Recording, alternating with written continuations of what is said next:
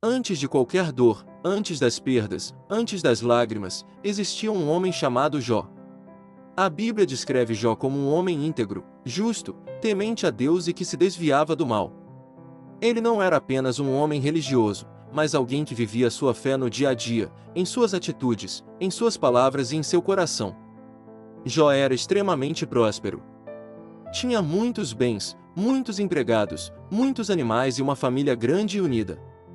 Seus filhos se reuniam frequentemente para celebrar, e Jó sempre se preocupava em orar por eles, oferecendo sacrifícios a Deus, pedindo proteção espiritual para toda a casa. Ele não esperava que algo ruim acontecesse para buscar a Deus, ele já vivia em constante comunhão. A Bíblia chega a dizer que Jó era o homem mais rico do Oriente. Mas mais do que riqueza material, ele era rico em caráter. Ele ajudava os pobres, defendia os injustiçados, tratava bem seus empregados e vivia com temor diante de Deus. Jó parecia ter tudo aquilo que muitas pessoas buscam: estabilidade, família, paz e prosperidade. Até que, em um momento invisível aos olhos humanos, algo acontece no mundo espiritual. Satanás aparece diante de Deus e questiona a fidelidade de Jó. Ele diz que Jó só é fiel porque tem uma vida boa, porque é abençoado, porque tudo dá certo para ele. Em outras palavras, Satanás afirma que a fé de Jó é interesseira. Então Deus permite que Jó seja provado. Não porque Deus queria destruí-lo, mas porque queria revelar algo muito maior. Deus permite que tudo que Jó tem seja tocado, menos sua vida. E assim começa uma das histórias mais profundas, dolorosas e transformadoras de toda a Bíblia. Em um único dia, mensageiros começam a chegar. Um após o outro. Sempre trazendo mais notícias. Primeiro, dizem que seus bois e jumentos foram roubados. Depois, que seus pastores foram mortos. Em seguida, que seus camelôs foram levados. E por fim, a pior notícia de todas: seus filhos estavam reunidos em uma casa que desabou, e todos morreram. Em poucos minutos, Jó perde seus bens, sua fonte de renda e todos os seus filhos. Tudo aquilo que ele construiu em anos foi destruído em instantes. A dor foi tão grande que a Bíblia diz que Jó rasgou suas vestes, rapou a cabeça e se prostrou em terra. Mas o mais impressionante não foi a dor. Foi a reação. Jó, em meio ao chão, em meio ao luto, em meio ao silêncio, declara algo que atravessou gerações: o Senhor deu, o Senhor tomou, bendito seja o nome do Senhor. Mesmo sem entender, mesmo sem respostas, mesmo sem explicações, Jó escolhe adorar. E é aqui que a verdadeira história começa. Depois de perder tudo o que possuía, parecia impossível que algo ainda pudesse piorar. Jó já estava mergulhado em luto, tentando compreender como em um único dia sua vida inteira havia sido arrancada de suas mãos. Mas a prova ainda não havia terminado. Novamente, no mundo espiritual, Satanás questiona a Deus. Ele afirma que Jó só permaneceu fiel porque sua própria vida não foi tocada. Ele diz que qualquer pessoa aguenta perder bens e até familiares, mas ninguém suporta a dor no próprio corpo. Então Deus permite que Satanás toque na saúde de Jó, com uma única condição: sua vida deveria ser preservada. E então, de repente, Jó é atingido por uma enfermidade terrível. Seu corpo fica coberto por feridas dolorosas, da cabeça aos pés. Feridas abertas, coceiras intensas, dores constantes.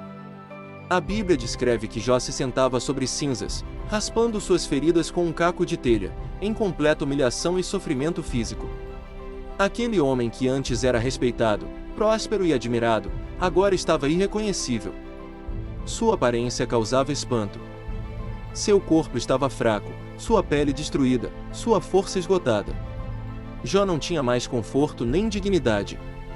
Tudo o que lhe restava era a dor. E como se não bastasse, sua própria esposa, tomada pelo desespero, olha para ele e diz: ainda conservas a tua integridade.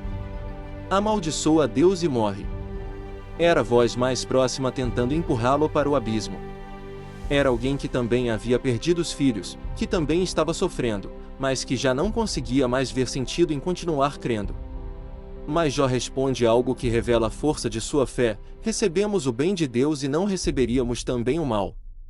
Mesmo sem entender, mesmo sem respostas, Mesmo sem explicações, Jó escolhe não blasfemar. Ele sente dor, ele sofre, ele chora, mas não abandona a sua fé. A partir desse momento, 3 amigos de Jó chegam para visitá-lo. Eles se sentam com ele durante dias em silêncio, sem dizer uma palavra, tamanha era a dor que viam. No início, a presença deles era conforto. Mas quando começam a falar, tudo muda. Os amigos passam a acusar Jó. Dizem que ele só está sofrendo porque cometeu algum pecado escondido. Que Deus está o castigando. Que ele deve confessar seus erros. Que ninguém sofre tanto sem ter culpa. E então começa o maior conflito interno da história de Jó. Ele passa a questionar, a chorar, a desabafar, a se sentir injustiçado. Ele não entende por que está passando por aquilo. Por muito tempo, Jó fala. Ele desabafa, questiona, chora, reclama, tenta entender. Seus amigos continuam insistindo que ele só está sofrendo porque pecou. Eles dizem que Deus está sendo justo ao puni-lo. Mas Jó, mesmo confuso, afirma que não é um homem perverso. Ele não se vê como alguém merecedor daquela dor. O que mais machuca Jó não é apenas a perda, nem a doença, nem as acusações. É o silêncio de Deus. Ele ora e não ouve resposta. Ele clama e não sente alívio. Ele busca sentido e encontra apenas perguntas. Até que, depois de muito tempo, algo extraordinário acontece. Deus responde. Mas não responde com explicações simples. Não responde com justificativas humanas. Deus se manifesta em meio a um redemoinho e começa a fazer perguntas a Jó. Deus pergunta onde Jó estava quando ele criou o mundo. Pergunta se Jó conhece os limites do mar, se controla o nascer do sol, se entende os mistérios da vida. Deus fala da criação, dos animais, do céu, da terra, do universo. Não é uma humilhação. É uma revelação. Deus está mostrando a Jó que existe uma dimensão da realidade que ele nunca será capaz de compreender totalmente. Que há coisas que estão além da lógica humana. Que nem tudo precisa de explicação para ter propósito. Jó então percebe algo profundo. Ele percebe que sua dor não era castigo. Que seu sofrimento não era punição. Que seu silêncio não era abandono. Ele entende que Deus sempre esteve no controle, mesmo quando tudo parecia fora de controle. Jó responde com humildade. Ele reconhece que falou sem compreender. Que julgou sem enxergar o todo. Que questionou sem ter todas as respostas. Ele diz algo que marca toda a história. Antes eu te conhecia só de ouvir falar, mas agora os meus olhos te veem. Não significa que a dor sumiu naquele instante. Não significa que tudo se resolveu imediatamente. Mas algo mudou dentro dele. Sua visão mudou. Sua fé amadureceu. Sua relação com Deus deixou de ser baseada apenas em bênçãos e passou a ser baseada em confiança. Jó não precisava mais de explicações. Ele precisava de presença. E agora ele tinha. Deus não removeu a dor no começo. Deus transformou o homem antes de transformar a situação. E isso muda tudo. Depois que Jó tem esse encontro profundo com Deus, algo muda completamente. Não foi apenas sua situação externa que começou a se transformar, mas principalmente sua visão de vida. Jó já não era mais o mesmo homem.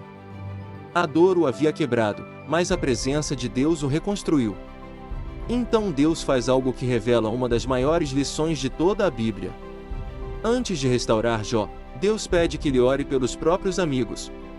Aqueles mesmos que o acusaram, que o julgaram, que disseram que ele estava pagando por pecados. Deus pede que Jó interceda por eles. E Jó obedece. Mesmo ferido, mesmo magoado, mesmo confuso, ele escolhe perdoar e orar. E é exatamente nesse momento que a restauração começa. A Bíblia diz que o Senhor restaurou a sorte de Jó quando ele orava pelos seus amigos. Deus não apenas devolveu o que havia sido perdido. Deus deu em dobro. Jó recebe mais bens, mais prosperidade, mais reconhecimento. Ele tem novamente filhos, uma nova família, uma nova história. Mas o maior milagre não foi externo. O maior milagre foi interno. Jó não recebeu apenas uma nova vida. Ele recebeu uma nova consciência. Ele entendeu que a fé verdadeira não é aquela que confia apenas quando tudo vai bem, mas aquela que permanece mesmo quando tudo desmorona. A história de Jó nos ensina que existem dores que não são punição, mas preparação. Silêncios que não são abandono, mas amadurecimento. Perdas que não são fim, mas início de algo maior. Nem sempre Deus explica, mas Ele sempre está presente. Nem sempre Deus tira a dor rapidamente, mas Ele nunca desperdiça sofrimento. Jó entrou naquela história como um homem próspero. Saiu como um homem transformado. E talvez essa seja a maior mensagem para quem está ouvindo agora. Se você está passando por um momento difícil, se sente que perdeu algo importante, se não entende o que Deus está fazendo, lembre-se de Jó. Deus não perdeu o controle da sua vida. Você pode não entender o processo, mas existe propósito. Você pode não ver saída, mas existe restauração. Você pode não ouvir respostas, mas Deus continua presente. A dor pode ter mudado sua história, mas não precisa destruir sua fé. Assim como Jó, você também pode sair desse processo não apenas restaurado, mas mais forte, mais consciente e mais conectado com Deus do que nunca.